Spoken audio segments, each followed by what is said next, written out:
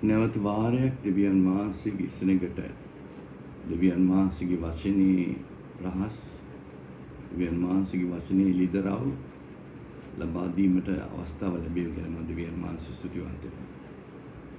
මම හිතනවා දැන් සුමාන ගණනාවක් දෙවියන් වහන්සේගේ පණවිඩය මෙලෙස දෙවියන් වහන්සේගේ ඉසනකට ලබා දීමට අපිට හැකි වී තිබෙනවා.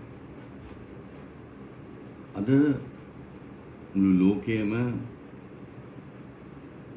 ඉතාමත් විවිධ ගණයේ අභියෝග වලට මුහුණ දෙස්.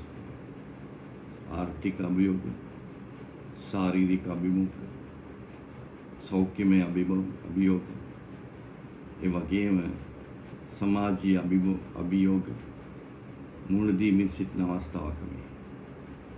එවැනි අවස්ථාවක දෙවියන් වහන්සේගේ සෙනඟට ඔවුන්ගේ කැඳවීම පිළිබඳ ලොකු අනිශ්චිතතාවයක් ඇති වෙන අවස්ථාවක්. සමහර වෙලාවට දෙවියන් වහන්සේගෙන් ප්‍රශ්න කරමින් සිටින අවස්ථාවක් වෙන්න පුළුවන්. ඇයි මෙහෙම සිදුවෙන්නේ? අද වෙනකොට තාමත්ම ලක්ෂ සංඛ්‍යාව සෙනඟ දුගී තත්ත්වයකට පත් වෙලා තියෙනවා.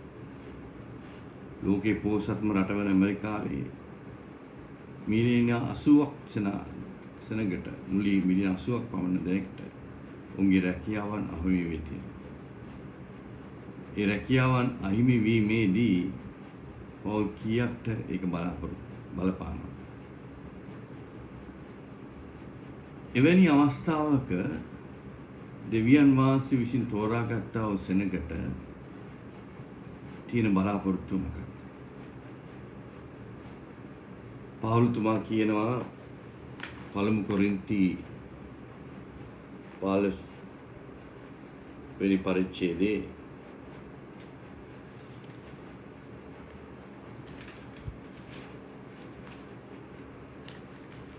19 වෙනි වගන්ති.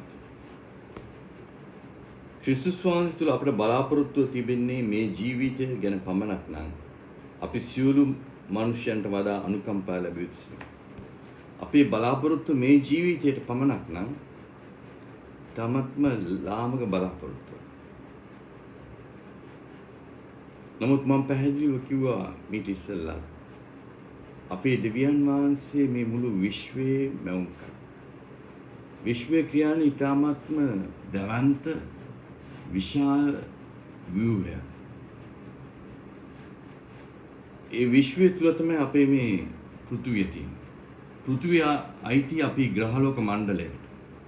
ඒ ග්‍රහලෝක මණ්ඩලයේ ග්‍රහලෝක 9ක් තියෙනවා. නමුත් ඊට අමතරව තවත් ග්‍රහලෝක තියෙනවා. ඒ වගේම තවත් විශ්වයේ තවත් නොයෙකුත් දේවල් තියෙනවා. මොකද විශ්වයේ අතිවිශාලයි. ප්‍රබලයි. දවන්තයි. නමුත් දෙවියන් වහන්සේ මේ විශ්වය මැවුව පමණක් නෙවෙයි විශ්වය පාලනය කරනවා. ඒ නිසා මේ ලෝකෙ සිටින සෙනඟට විශ්වය ගැන හරි අවබෝධයක් විද්‍යාඥයන්ට ඇර නැහැ. නමුත් දෙවියන් වහන්සේගේ තෝරාගත්තා වූ සෙනඟට දෙවියන් වහන්සේගේ මේ මැවිල්ල පිළිබඳ හොඳ අවබෝධය දෙවියන් වහන්සේගේ වචනයෙන් දෙවියන් වහන්සේගේ ආත්මය කන්න කොටගෙන ලැබෙනවා.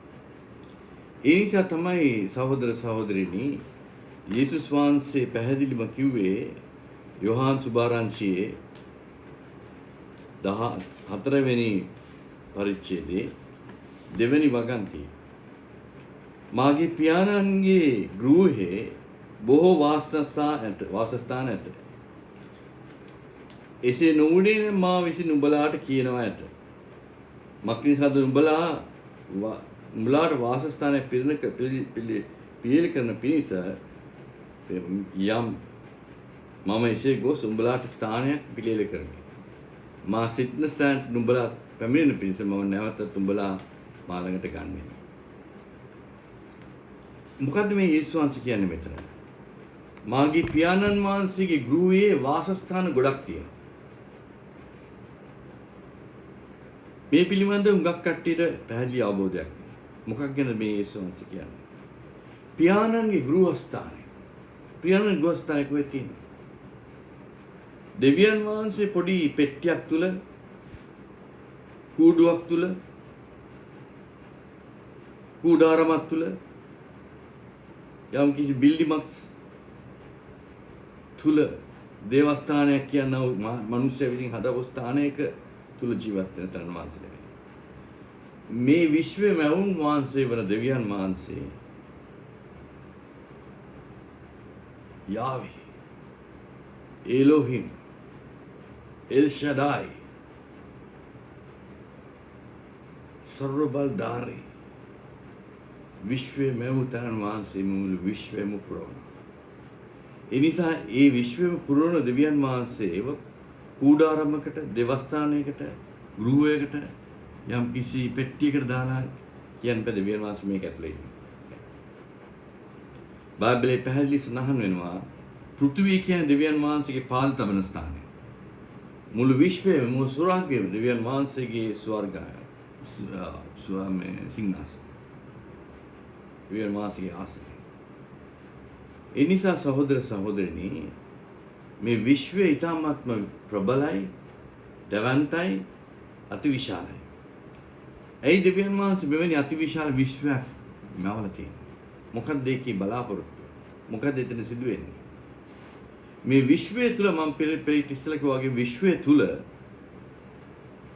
පරිමාණ 10ක් තියෙනවා. අපි ඉන්නේ ත්‍රිපරිමාණ ලෝකේ. අපේ ලෝකේ ත්‍රිපරිමාණ ලෝකේ. මම ගියේ ඉරිදාත් කිව්වා අපේ තියෙන 4 වෙනි පරිමාණය 5 වෙනි පරිමාණය.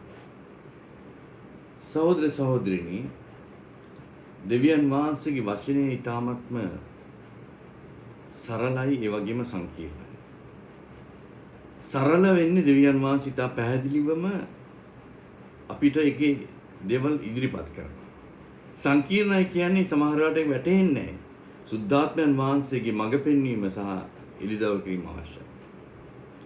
ඒ නිසා තමයි සමහර වෙලාවට මේ වචනේ කියවන්න නැති යෝහන් සුවාරංචි 14:2 මොකද තේරෙන්නේ මොකද්ද මේ කියන්නේ කියලා. දෙවියන් වහන්සේගේ මේ විශ්වය කියනා වූ ගෘහයේ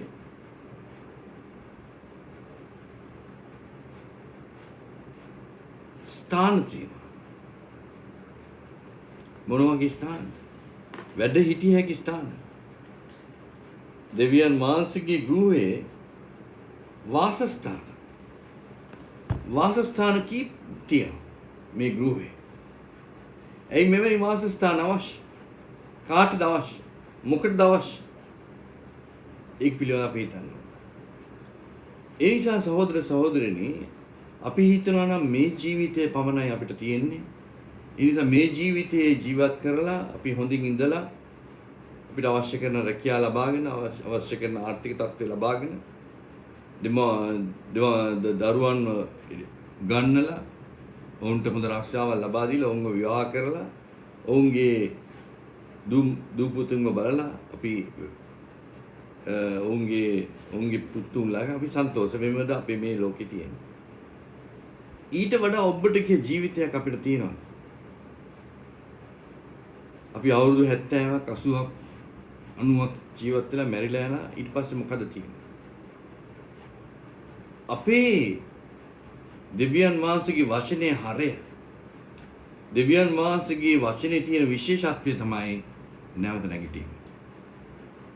නැවත නැගිටීමක් නැත්තම් අපේ මේ දේශනාව වලින් අපේ මේ දෙවියන් වහන්සේගේ වචනේ තුලින් පළක් නැහැ. ඒ නිසා තමයි පාවුලතුමා කියන්නේ පැහැදිලිවම අපේ මේ කැඳවීමේ ඵලය, කැඳවීමේ හරය, කැඳවීමේ බලාපොරොත්තුව තියෙන්නේ නැවත නැගිටීම තුලින්. ඒ නිසා තමයි පාවුලතුමා කියන්නේ මෙතන මලවුන්ගේ නැගිටීමක් එසේමය. ජරාවෙන් යුක්තව වපුරන ලැබේ. ජරාවෙන් වියුක්තව නැගිටින ලැබේ. අගෞරවයෙන් යුක්තව වපුරන ලැබේ. තේජසින් යුක්තව නැගිටින ලැබේ. දුර්වලකමෙන් යුක්තව වපුරන ලැබේ. බලයෙන් යුක්තව නැගිටින ලැබෙන්නේ. ස්වභාවික ශරීරයෙන් වපුරන ලැබේ. ආත්මික ශරීරයෙන් නැගිටින ලැබේ. ස්වභාවික ශරීරයෙන් තිබේ නම් ආත්මික ශරීරයක් තිබේ. එසේමය පළමු මනුෂ්‍ය ආදම් ජීවමාන ප්‍රාණයක් උරේය ලියා තිබේ. අන්තිම ආදම් ජීවනදායක ආත්මයක් වුණේ. එසේ නමුත් ප්‍රථම වන්නේ ආත්මික එක නෙවෙයි. ස්වභාවික එක. පසු ආත්මික එක. පළමුව මනුෂ්‍යයා භූමියෙන් භූමිකය. දෙවන මනුෂ්‍යයා ස්වර්ගයෙන් භූමික තනත්තා කිම්සේද භූමිකත්වයට එසේමය. ස්වර්ග තනත්තා කිම්සේද ස්වර්ගයත් යොත් ඒ එසේමය. අපි භූමික තනත්තාගේ රූපය දරුවසේම ස්වර්ගීය තනත්තාගේ රූපය දරා ගන්නවා. සහෝදර සහෝදරියනි, පෞල්තුමා සඳහන් කරනවා නැවත නැගිටීමක් පිළිබඳව. මම ඊට ඉස්සෙල්ලා සඳහන් කරේ අපේ කැඳවීමේ හරය, අපගේ කැඳවීමේ ඵලය, අපගේ කැඳවීමේ බලාපොරොත්තුව තියෙන්නේ නැවත නැගිටීමට. නැවත නැගිටීමක් නැත්නම් අපේ කැඳවීමේ බලාපොරොත්තුවක් නෑ. මේ දිව්‍යන් වහන්සේගේ වචනේ හරය උප්පත්ති පොතේ ඉඳන් ඉල්දරව දක්වා තියෙන්නේ නැවත නැගිටීම. ඒ නිසා සහෝදර සහෝදරිනි, දෙවියන් වහන්සේගේ සෙනගක් වන අපිට අපේ බලාපොරොත්තුව තියෙන්නේ නැවත නැගිටීම. මේ ශරීරය විනාශ වෙලා ගියොත් එහෙම ඊට පස්සේ මොකද සිදු වෙන්නේ කියන එක පෞල්තුමා සඳහන් කරනවා. පෞල්තුමා සඳහන් කරන ඒ දේ අපි හරි අවබෝධ කරගන්න. ඒ දේ හරියට අවබෝධ කරගත්තේ නැත්නම් අපිට නොයෙකුත් ගැටලු වලට අපේ බලාපොරොත්තු පිළිබඳ ගැටලු ප්‍රශ්න අපි ඉදිරියේ තියෙනවා. පෞල්තුමා මොකද්ද කියන්නේ? දෙවෙනි කොරින්ති දෙවෙනි කොරින්ති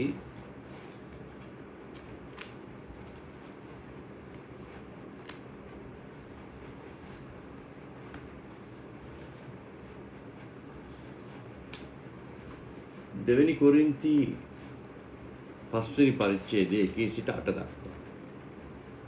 කූඩාරමක් වූ අපේ භූමික ගෙය කඩා වැටුනොත් දෙවියන් වහන්සේගෙන් වූ ගොඩනැගිල්ලක් වන අතින් නොසැඳූ වූ සදාකාලික වූ ගෘහයක් ස්වර්ගවල උදේ කියන්නේ ස්වර්ගවල කියලා. බහුවචන ස්වර්ගවල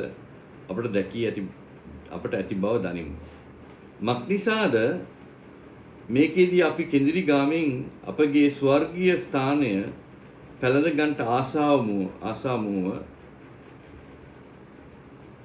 මෙසේ වූ කල්හි අපි පල්දුනොලත් නග්නව සිටිනවා දකිනු නොලැබුණොත් සේක. එසේ මේ කූඩාරමේ සිටිනා වූ අපි බර උසුලමින් කෙඳිරි ගානුව. මක්නිසාද පැලඳීම ආකදමනට නොව මරණීය එක ජීවනයක් ලැබුණ පිණිස අපි පළඳුන ලබන්නට කැමැත්තෙමු. ඉතින් මේ පිණිස අපි පිළියෙල කළේ දෙවියන් උන්වහන්සේගේ ආත්මය නැමැති අත්තිකාරම අපිට දුන්සේක. අපේ ශරීරය නැමැති ගෙදර සිටින විට අපි ස්වාමින් වහන්සේගෙන් ඈත්ව සිටිනසේක. මේ ශරීරය නැමැති ගෙදර සිටින ස්වාමින් වහන්සේගෙන් ඈත්ව සිටින බව දැන නිතරම ධෛර්යවත් සිටිමු. මක්නිසාද අපි හැසිරෙන්නේ පෙනීමෙන් නොව ඇදහිල්ලෙන්නේ. එසේය අපි ධෛර්යමත්ව ශරීරයෙන් ඈත්ව ස්වාමීන් වහන්සේගේ සමග සිටින්නට වඩා කැමැත්තෙන් එයින් උන්වහන්සේ වෙත නමුත් ඈත්ව සිටින නමුත් උන්වහන්සේ ප්‍රසන්න වූ තැනැත්තෙක් වීමට අපි අභිප්‍රායයෙන් මක්නිසා එකිනෙකා තමාගේ ශරීරයේ වූ දේවල ඒ අයහපත් වූද හැටියට ගමන පිණිස.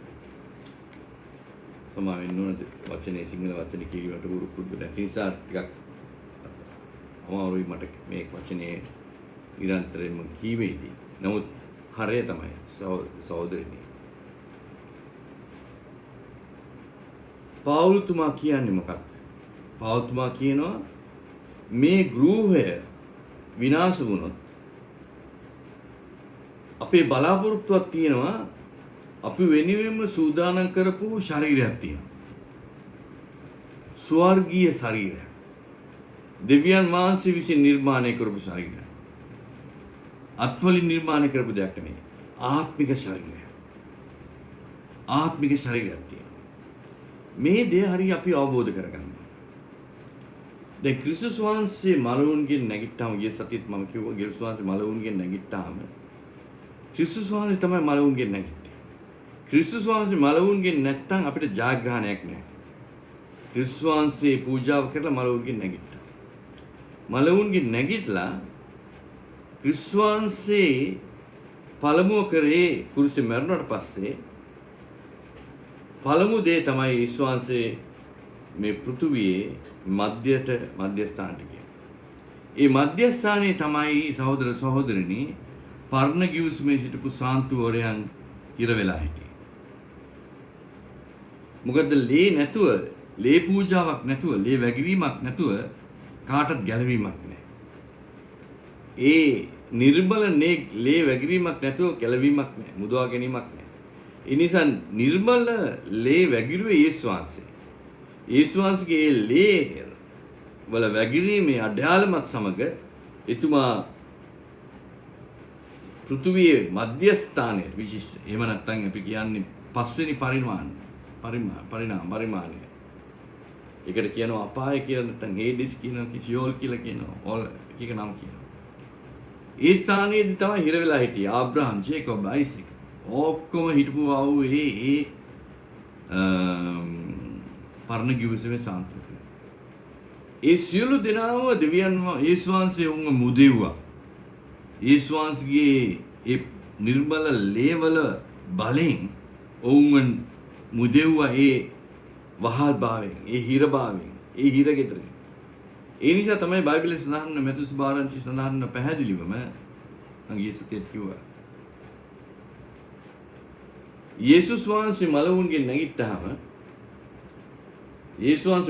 නැගිට්ටාම බයිබලයේ සඳහන් වෙනවා මතෙව් සුභාරංචියේ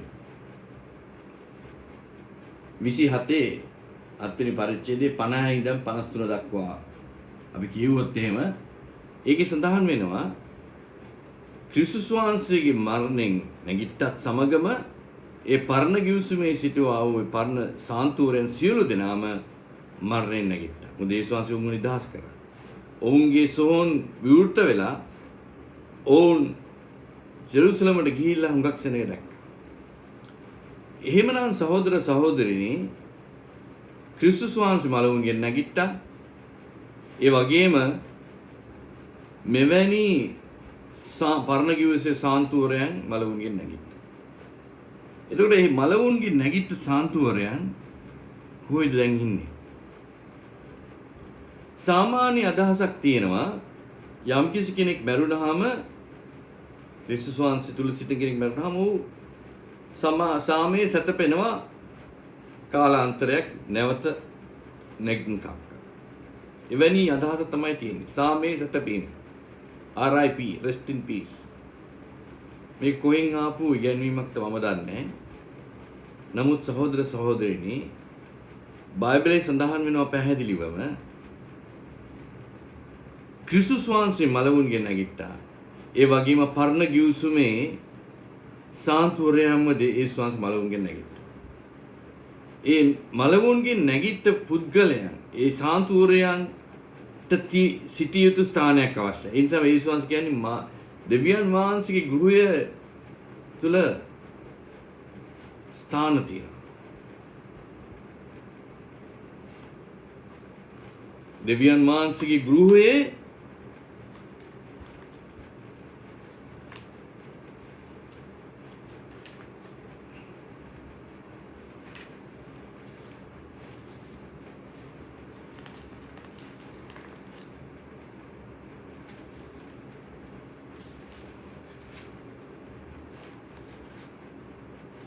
දොළොස්වෙනි පරිච්ඡේදය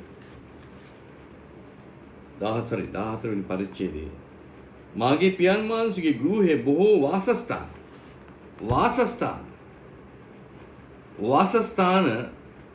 බොහෝ තියෙනවා. ඒතකොට සහෝදර සහෝදරිනි ක්‍රිස්තුස් වහන්සේ සමග කුරුසේ මැරුණකොට හොරු දෙන්නෙක් මැරුණා. එක හොරෙක් ක්‍රිස්තුස් වහන්සේව පාච්චා කරා. පහත් කරා. අනිත් හොරා කිව්වා ස්වාමින් වහන්සේ මාවත් මතක්. ඔබ වහන්සේ ස්වර්ගයේ සෙනඟ නැවත වාරයක් කෙනෙකු ඔබ වහන්සේගේ රාජ්‍ය. ක්‍රිස්තුස් වහන්සේ උට කිව්වා මම අද උඹ මාත් සමග සිටිනවා. කොයිද ඌ දැන් ඉන්නේ? එනිසා සහෝදර සහෝදරයනි මේ සාමයේ සැතපීමක් කියන එක ගැන පොඩි වියවුල් භාවයක් තියෙනවා. ඒ නිසා තමයි පාවුලතුමා කියන්නේ මේ ශරීරය විනාශ වුණොත් එහෙම දෙවියන් වහන්සේ විසින් සූදානම් කරපු ශරීරයක් තියෙනවා මට. ඒ නිසා මම මේ ශරීරයෙන් නික්ම යනවා කියන්නේ දෙවියන් වහන්සේ අභිමුඛයේ ඉන්නවා. දෙවියන් වහන්සේ මට සූදානම් කරලා තිබ්බ වාසස්ථානයක සිට. ඒ දේ තමයි පාවුලතුමා කියන්නේ. අපි මරණයෙන් නැගිටීමක් තියෙනවා. මරණයෙන් නැගිටීමේ බලාපොරොත්තුවක් තියෙනවා. ඒ නිසා තමයි කියන්නේ අපි මරණයෙන් නැගිටුනහම අපිට තියෙන්නේ ආත්මික ශරීරයක්. මේ ලෞකික ශරීරය තියෙනවා, ආත්මික ශරීරය තියෙනවා. අපි දුර්වලව මැරෙනවා, නමුත් බලයෙන් නැගී සිටිනවා.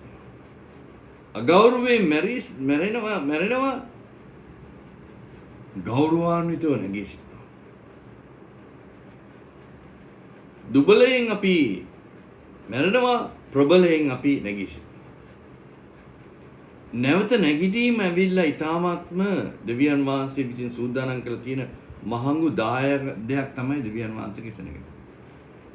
දෙවියන් වහන්සේගේ සෙනඟට දබා දුන්නා වූ දායකය තමයි නැවත නැගිටීම. යේසුස් වහන්සේ කියනවා යෝහන් සුභාරංචියේ 6 වෙනි පරිච්ඡේදයේ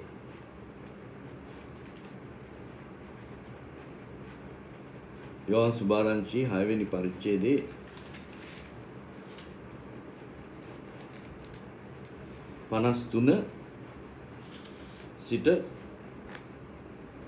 56 දක්වා.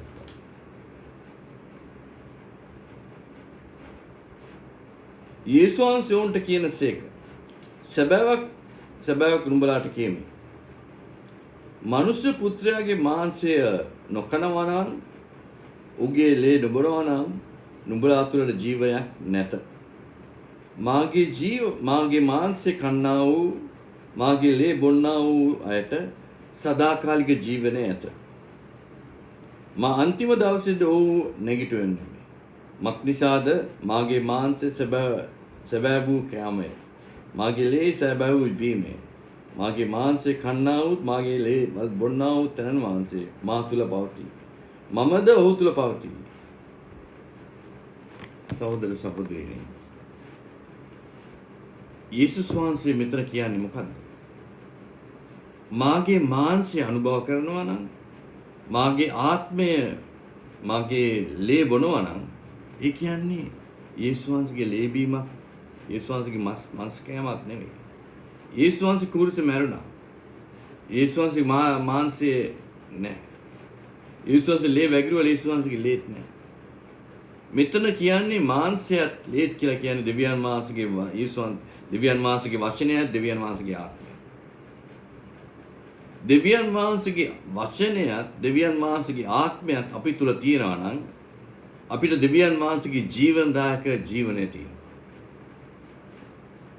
දෙවියන් වහන්සේගේ වචනේ, යේසුස් වහන්සේ ඇවිල්ලා දෙවියන් වහන්සේගේ වචනේ, දෙවියන් වහන්සේගේ වචනය මා තුල අන්තර්ගත වෙලා තියෙනවා නම් දෙවියන් වහන්සේගේ ජීවනය මා තුල තියෙනවා. යේසුස් වහන්සේගේ ජීවනය මා තුල තියෙනවා. ඒ නිසා තමයි යේසුස් වහන්සේගේ මාගේ මාංශය අනුභව කරන්නේ.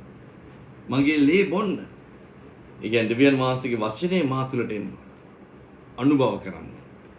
ඒ නිසා තමයි මෝසස් තුමා කියන්නේ මනුෂ්‍යයා ජීවත් වන්නේ රොටි වලින් පමණක් නෙවෙයි, දෙවියන් වහන්සේගේ මුඛයෙන් නික්ම වෙන හැම වචනයක්.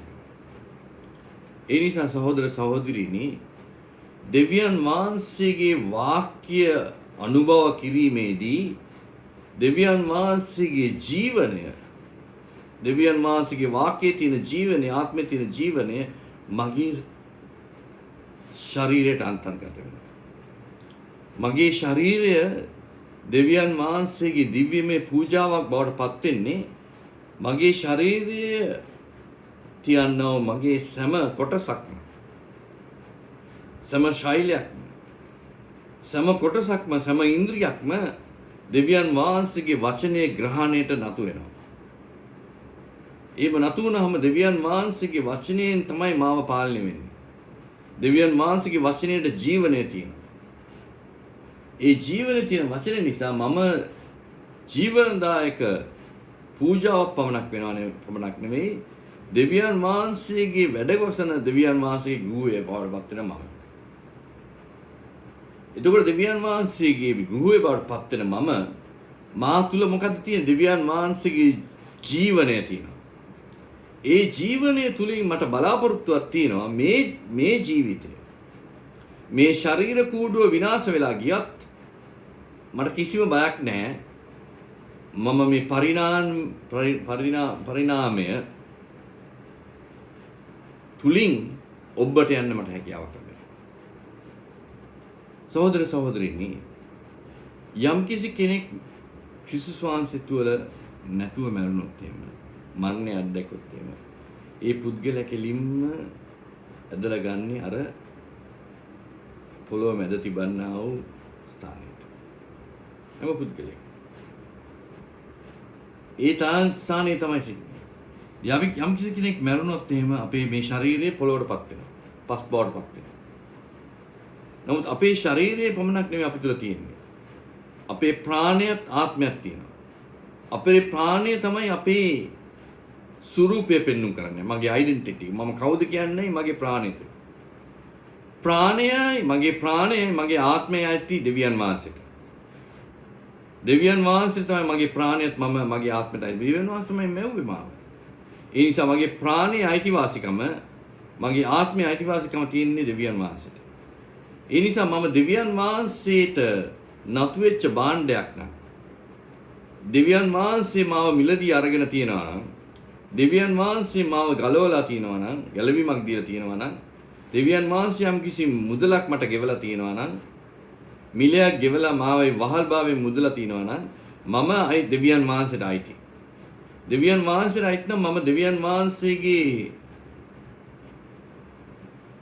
දරුවෙක් පමණක් නෙමෙයි, දෙවියන් වහන්සේ වසන ස්ථානයේ පමණක් නෙමෙයි, දෙවියන් වහන්සේට අයිති භාණ්ඩයක් බවට පත් වෙනවා.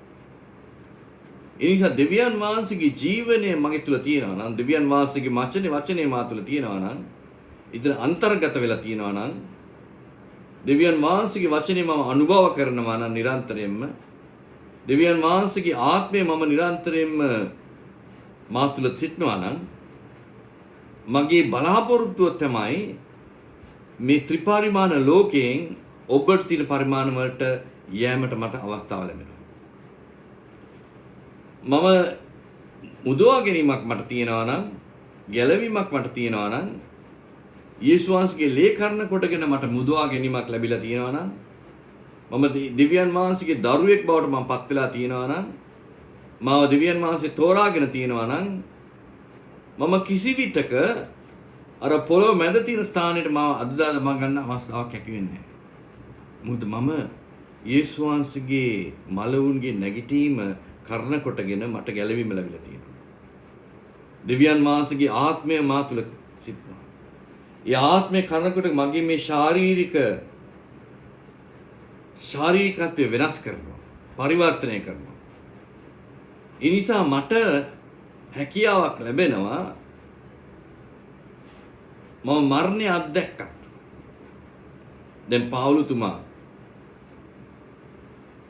පැහැදිලිව කියනවා මම හොඳ සටනක් කරා.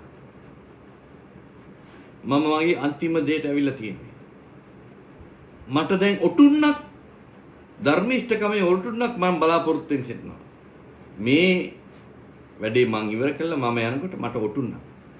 කවුද ඔටුනු පාන් දාන්නේ? ඔටුනු පළ දාන්නේ රජවරු. ඇයි හැමෝටම ඔටුනු පාන්න බෑ? රජවරුන්ට පමණයි ඔටුනු පාන්න පුළුවන්. ඒ රජ කෙනෙක් කියන්නේ. රජ කෙනෙක් කියන්නේ ඌට පාලන වගකීම් තියෙනවා.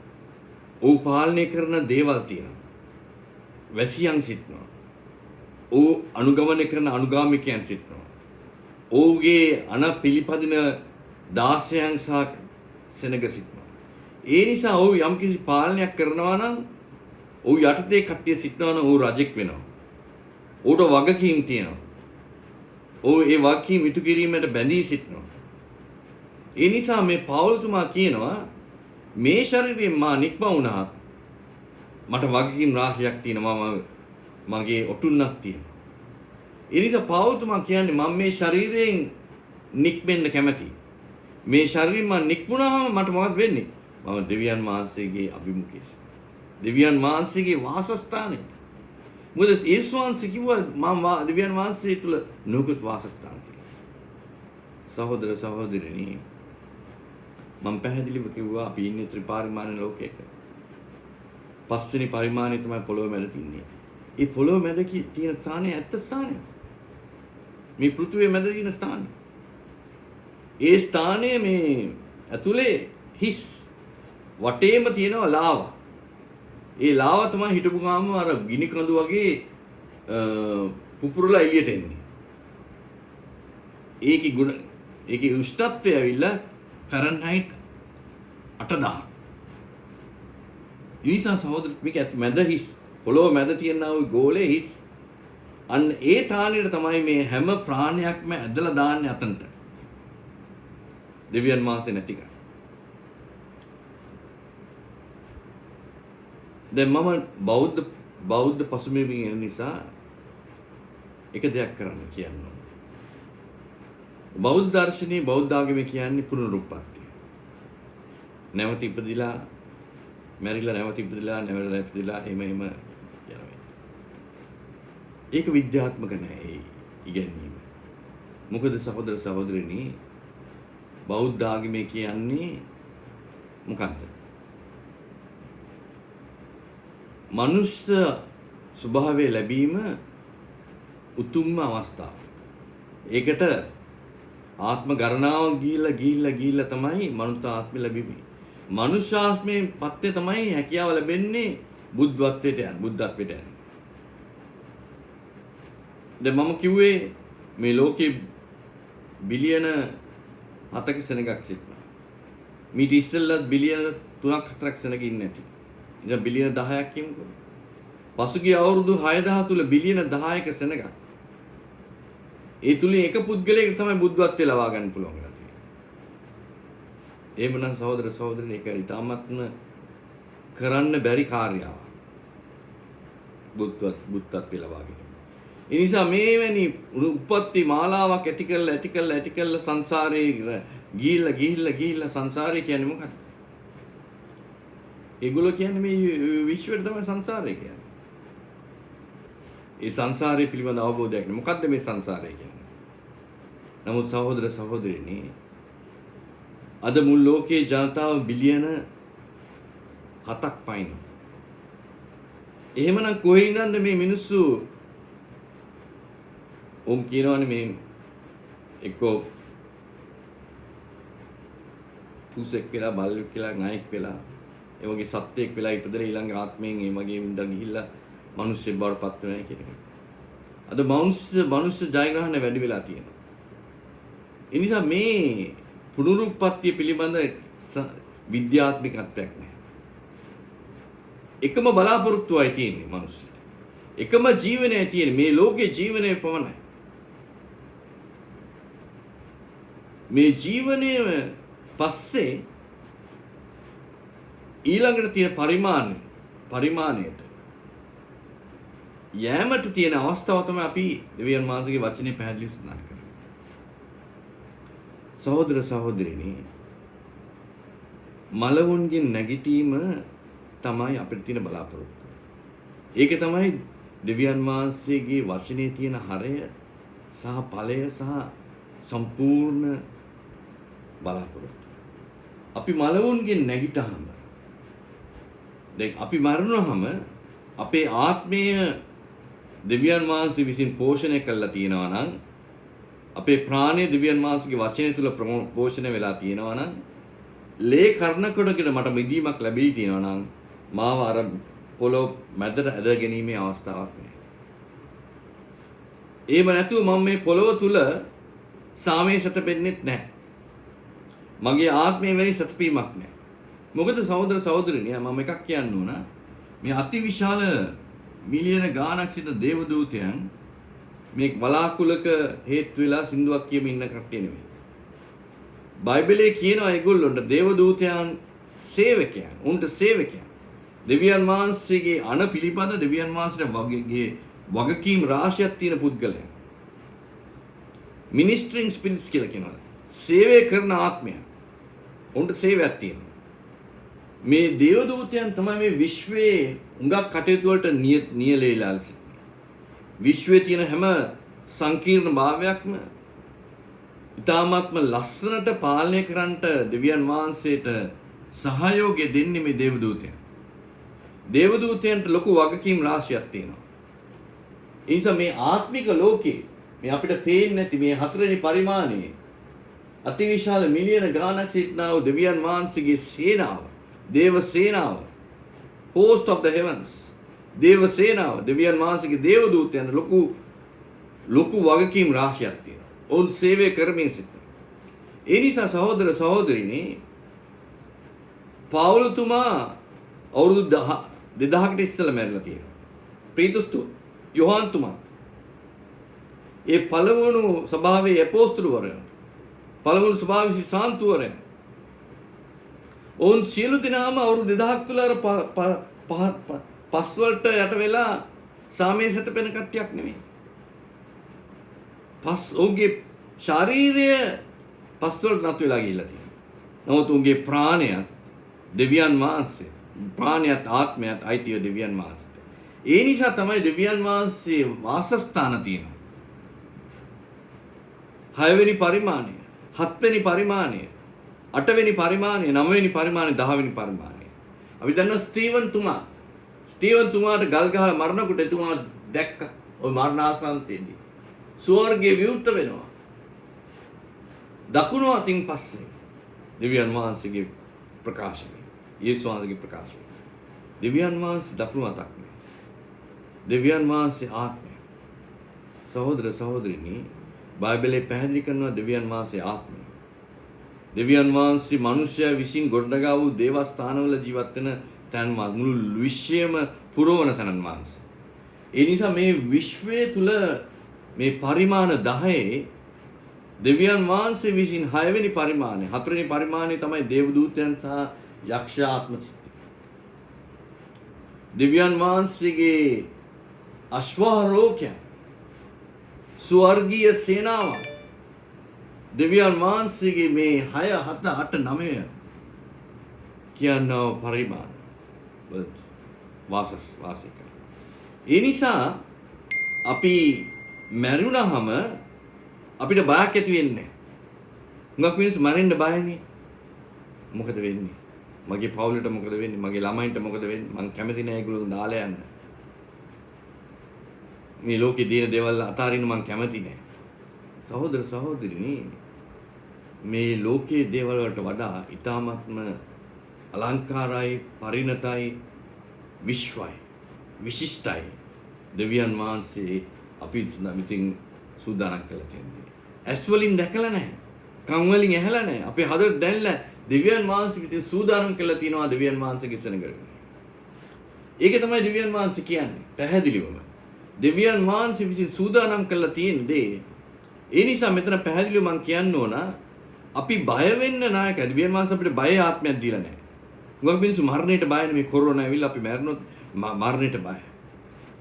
මරණයට බය වෙන්න අවශ්‍යතාවයක් නැහැ. මොකද බයිබල් කියනවා මා තුල තියෙන සරණා තරන් වහන්සේ පිටස් සරණවන් වල බැලුවා.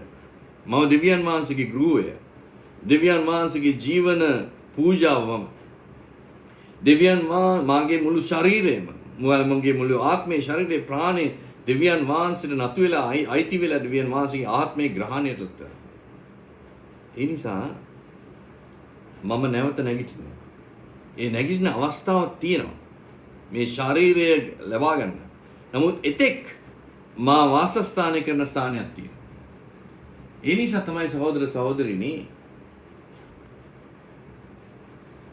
පවුලතුමා පැහැදිලිව කියනවා පළමු කොරින්ති 15 වෙනි පරිච්ඡේදයේ සහෝදර සහෝදරිනි මාංශයට හා සුදීරයට දෙවියන් වහන්සේගේ රාජ්‍ය උගුරුමක් කරගන්න බැරි බව දිර්ණ ස්වභාවයට නොදිරණ ස්වභාවය උරුමක් කරගන්න බැරි බවත් කියමි. මෙන්න නුඹලාට රහසක් කියමි. අපි සියල්ලෝම නොසැතපෙනුව. නමුත් අන්තිම හොරණෑව පිමින කාල මොහොතින් ඇසිපිය හැලෙන කලින් අපි සියල්ලෝම වෙනස් කරනු ලැබේ. මක්නිසාද හොරණෑව පිමින ලබන්නේ එකල මල වූ නොදිරණ ස්වභාවයෙන් යුක්තව නැගී සිටින ලබන්නේ. අපිද වෙනස් කරනු ලබන්නේ මක්නිසාද දිර්ණසුළු මේ ශරීරය නොදිරණ බවට පැමිණෙන්නේ. මරණය වූ මේ අමරණීය භාවයට පැමිණෙන්නේ.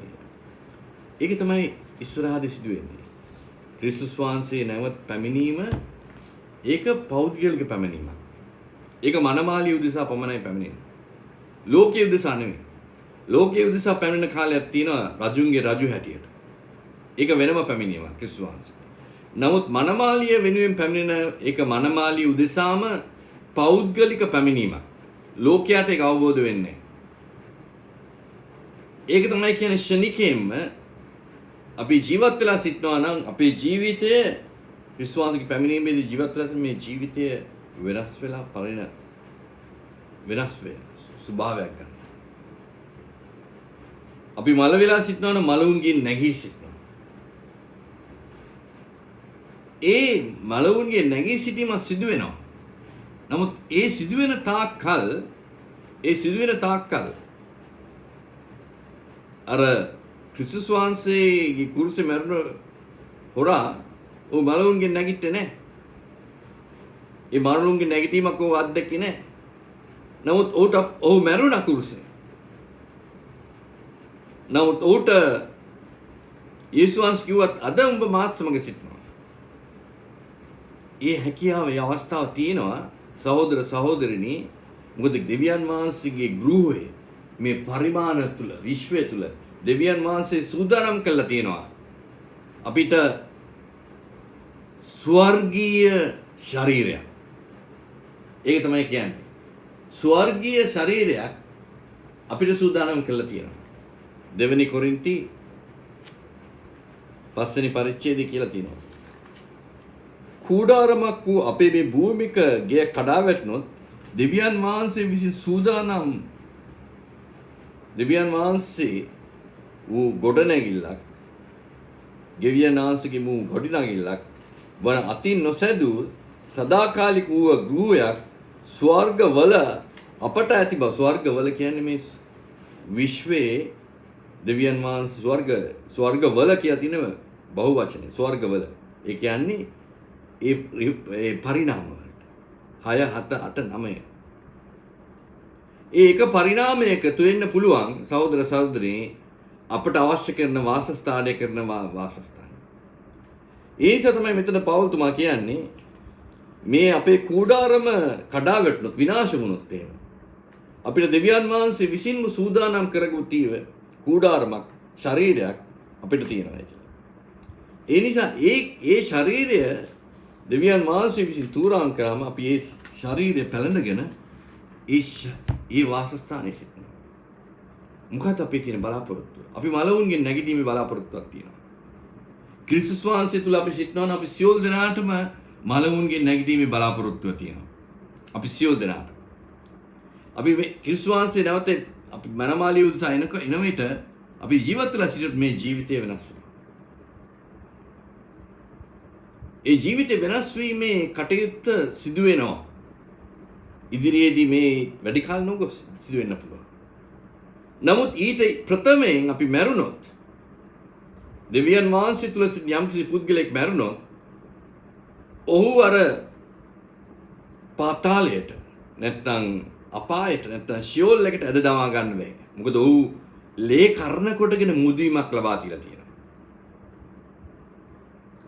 යේසුස් වහන්සේගේ ලේ කර්ණ කොට උඩ ගැලවීම සහ මුදවා ගැනීම ලැබිලා තියෙනවා. යේසුස් වහන්සේගේ ඒක තමයි කියන්නේ සහෝදර සහෝදරිනි ඊටමත් වැදගත් යේසුස් වහන්සේගේ බෞතිස්මය යේසුස් වහන්සේගේ නාමයෙන් කළ යුතුයි. යේසුස් වහන්සේගේ නාමය තුල තමයි යේසුස් වහන්සේගේ ලේ අන්තර්ගත වෙලා තියෙන්නේ.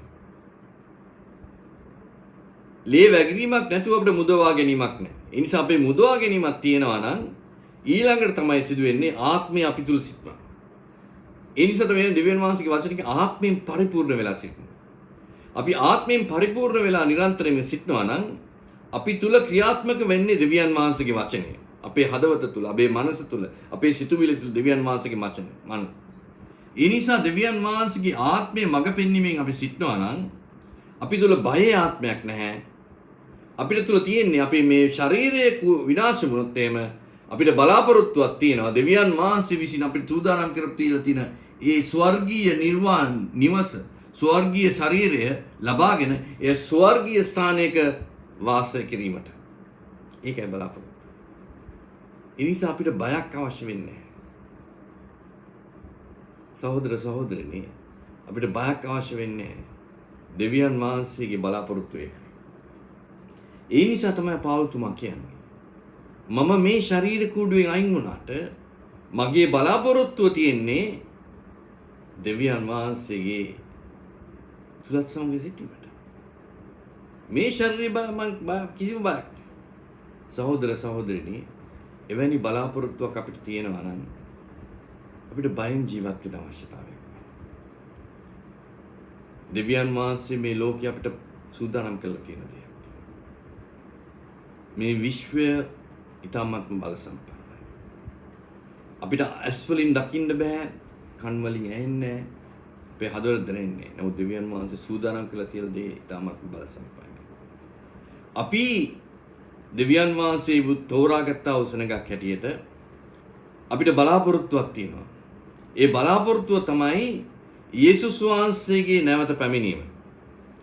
යේසුස් වහන්සේගේ පැමිණීම කොටස් දෙකක් තියෙනවා. පළමුව මනමාලිය උදෙසා දෙවියන් වහන්සේගේ සභාව උදෙසා පැමිණීම. දෙවියන් වහන්සේ තෝරාගත්තා වූ ජනතා. ඒක සීක්‍රට් නැත්නම් රහස්ගත පැමිණීම.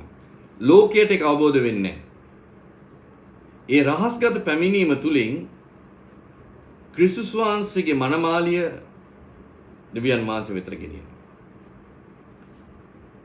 එතනදී මලවුන්ගේ නැගිටීමක් සිදු වෙන්නේ ශාරීරික නැගිටීමක්. ශාරීරික නැගිටීමක්. නමුත් අපේ ප්‍රාණය සහ ආත්මය දෙවියන් වහන්සේ විසින් සූදානම් කරලා තියෙන ස්ථානයේ වැඩ සිටිනවා. වාසය කරනවා. අද වුණත් පාවුලුතුමා, පේතෘස්තුමා, යෝහන්තුමා වැඩ කරන ස්ථානය වාසස්ථානයක් තියෙනවා. ඒ දෙවියන් වහන්සේගේ අනිත් පරිමාණවල ඩයිමෙන්ෂන්ස් කියලා කියනවා.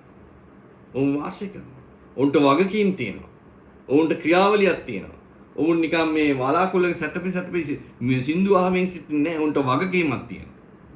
උන්ට ක්‍රියාවලියක් තියෙනවා. ඒ නිසා සහෝදර සහෝදරිනි දෙවියන් වහන්සේගේ වචනේ හැමතිස්සෙම දෙවියන් වහන්සේ වගකීම් දෙන තරණ වහන්සේ. දෙවියන් වහන්සේ තෝරාගත්තා උසනේ දෙවියන් වහන්සේ මුලදීම ලුසිව මැව්වහම තාමත් ප්‍රබල දේවදූතෙක් ඔහුට වගකීම් දුන්නා. ක්‍රියාත්මක කරන ඔහු වගකීම් ඉටු කරේ නැහැ. ආදම්ට වගකීම් දුන්නා. ඒවට වගකීම් ඉටු කරේ නැහැ.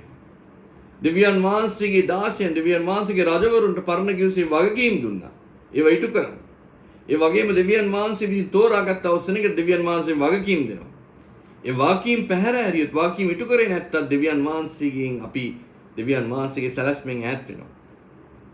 දෙවියන් වහන්සේ ඒ වගේ තමයි අපි මලවුන්ගෙන් නැගිට්ටත් අපි මරණය අත්දැකලා දෙවියන් වහන්සේගේ අනිත් පරිමාණ වලට නික්ම වුණොත් ඒ වුණත් අපිට යම්කිසි ක්‍රියාවලියක් තියෙනවා, වගකීමක් තියෙනවා. ඒ වගකීම ඉටු කිරීමට බැඳී සිටිනවා අපි.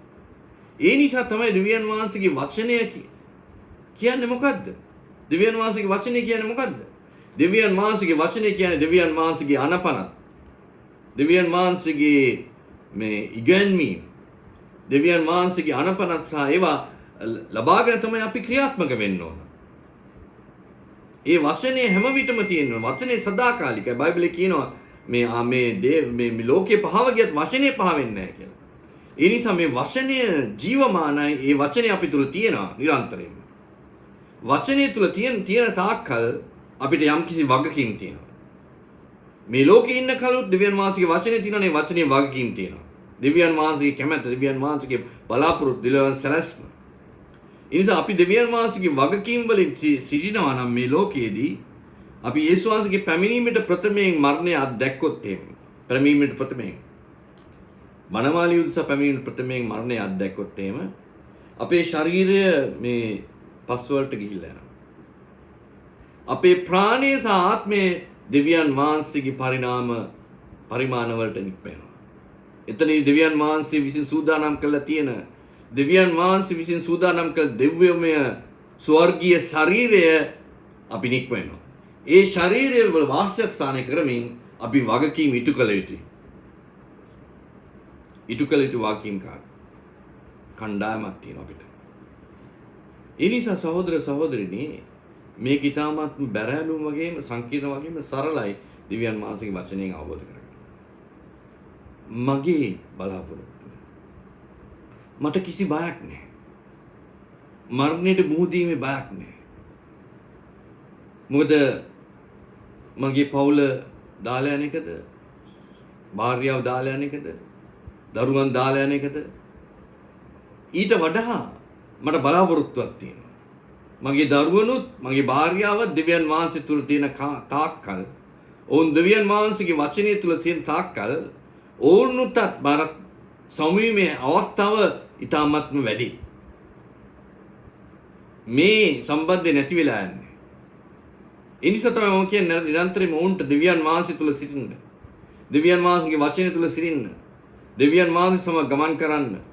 ඒ නිසා මේ ශරීරයට මොකක් හරි වුණත් හරි අපිට බලාපොරොත්තුවක් තියෙනවා. අපිට අදිෂ්ඨානයක් තියෙනවා. අපිට දෙවියන් වහන්සේ සූදානම් කරලා තියෙන පරිමාණයක නැවත හමු වීමේ ප්‍රබල බලාපොරොත්තුවක් අදිෂ්ඨානයක් තියෙනවා. අපිට බය වෙන්න අවශ්‍යතාවයක් නැහැ. ඒ නිසා තමයි පෞලතුමා කියන්නේ මේ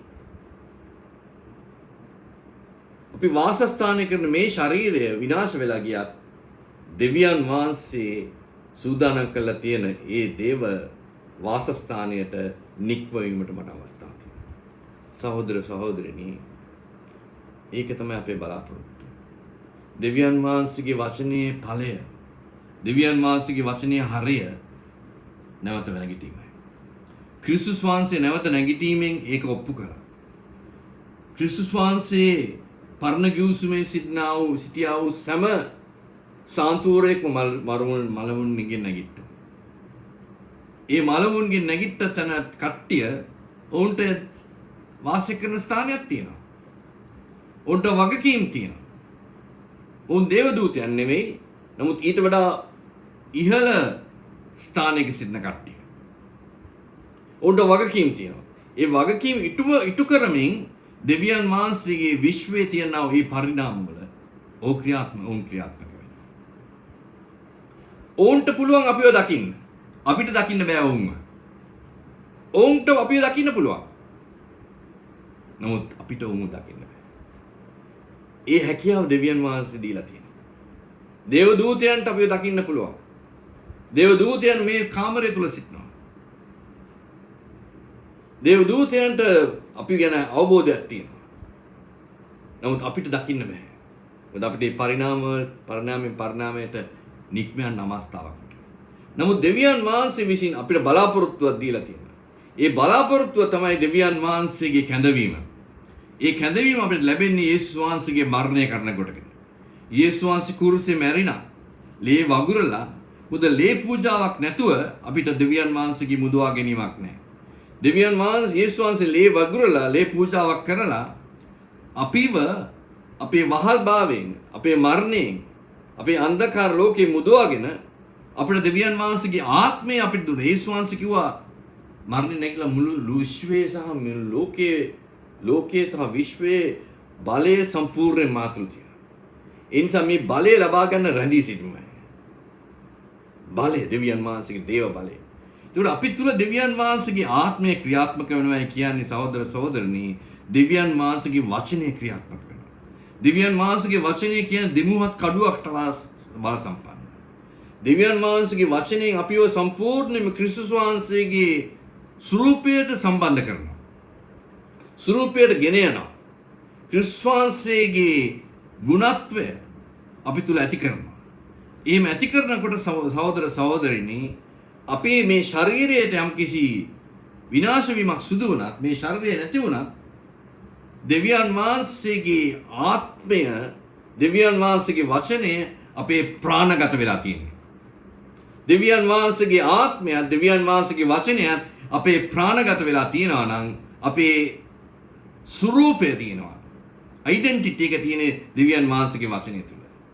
ඒ නිසා තමයි සහෝදර සහෝදරනි අපිට මේ සාමයේ සැතපීමක් නැහැ. අපිට සූදානම් කරලා තියෙන ශරීරයට නික්ම වෙලා ඒ පරිමාණය තුල ක්‍රියාත්මක වීම අපිට හැකියාවක් ලැබෙනවා. නැවත වාරයක් ක්‍රිස්තුස් වහන්සේ මනමාලි වෙත ඇවිල්ලා අපි මලවුන්ගෙන් ශාරීරිකව මේ ශරීරයේ නැගිටලා ඒ දෙවියන් වහන්සේ ඉදිරියේ යේසුස් වහන්සේව ප්‍රකාශ කරනවා.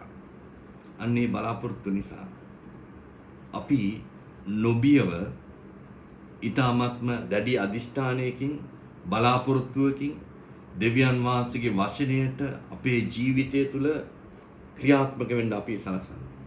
ඒ නිසා තමයි යේසුස් වහන්සේ කිව්වේ මාගේ වචනය අනුභව කර මාගේ මාංශය අනුභව කරනවා නම් මාගේ ලේ බොනවා නම් ඒ තැනත්තා තුල ජීවනය තියෙනවා.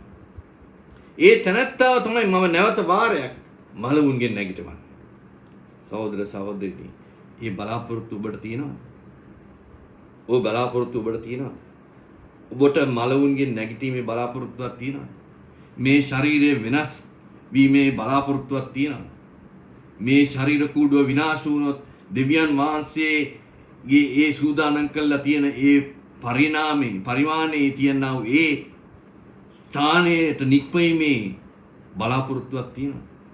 එවැනි බලාපොරොත්තුවක් තියෙනවා නම් අපිට බියවීමට හැකියාවක් නැහැ. අපිට නිර්භයව දෙවියන් වහන්සේගේ ශක්තියෙන්, දෙවියන් වහන්සේගේ බලයෙන්, දෙවියන් වහන්සේගේ වචනේ අනුග්‍රහයෙන්, දෙවියන් වහන්සේගේ කරුණාවේ අනුග්‍රහයෙන්, දෙවියන් වහන්සේගේ හස්තයේ අනුග්‍රහයෙන් අපිට ජයග්‍රහය නොබියව දෙවියන් වහන්සේ තුල වර්ධනය වෙමින් යේසුස් වහන්සේ අපි තුල ප්‍රකාශ වෙමින් අපිට පුළුවන් අපේ මේ බලාපොරොත්තුව තුල දෙවියන් වහන්සේගේ ඒ සැලැස්මට සැලසුම් කාරුවන් සහ පංගුකාරයන් අපි ආඥා කරනවා. ආදරණීය පියාණන් වහන්සේ, ඔබ වහන්සේගේ කරුණාවට අපි ස්තුතිවන්ත වෙනවා ස්වාමිනී. මේ දුන්නා වූ මේ අපි අවස්ථාව ස්වාමිනී. අපිට බයක් නැහැ ස්වාමිනී. ඔබ වහන්සේ අපිව තෝරාගෙන තියෙනවා මේ ලෝකේ පටන් ගන්නට ප්‍රථමයෙන්.